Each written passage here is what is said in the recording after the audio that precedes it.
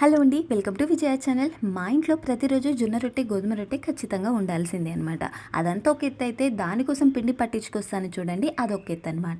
ఇప్పుడైతే మార్కెట్లో చాలా బ్రాండ్స్ దొరుకుతూ ఉన్నాయి, పిండిలన్నీ అది కూడా దొరుకుతున్నాయి.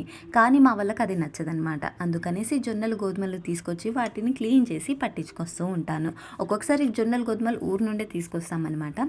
ఇప్పుడైతే ఊరు నుండి తెచ్చినవి అయిపోయినాయి, అందుకని లోకల్ మార్కెట్ నుండి తీసుకొచ్చేసాను. ఇక్కడ ఏంటంటే మాకు పావురాలు ఎక్కువ, అందుకని వాటిని కోసం ఇలా కవర్ చేసి ఎండపెట్టుకోవాల్సి వస్తుందన్నమాట. తింటే ప్రాబ్లం లేదు, అది పాటీ చేస్తేనే ప్రాబ్లం కదా. అందుకని పిండి పట్టించుకురావడానికి వెళ్ళాను. అక్కడ వెళ్ళి చూస్తే అందరూ కారాలు, పసుపుతోటే బిజీ ఉందన్నమాట. ఇంకా అతన్ని రిక్వెస్ట్ చేసి ముందైతే పిండి పట్టించుకొని ఇంటికైతే వచ్చేసాను అనమాట. ఇంకా మార్నింగ్ అత్తమ్మ జొన్న రొట్టెలు చేయడం స్టార్ట్ చేసేసింది. మా ఇంట్లో జొన్న రొట్టెలు అయితే అత్త మేనేజ్ చేస్తుంది. నేను అంత పర్ఫెక్ట్గా చేయలేను, నాకు ఇలా రాదు కూడా.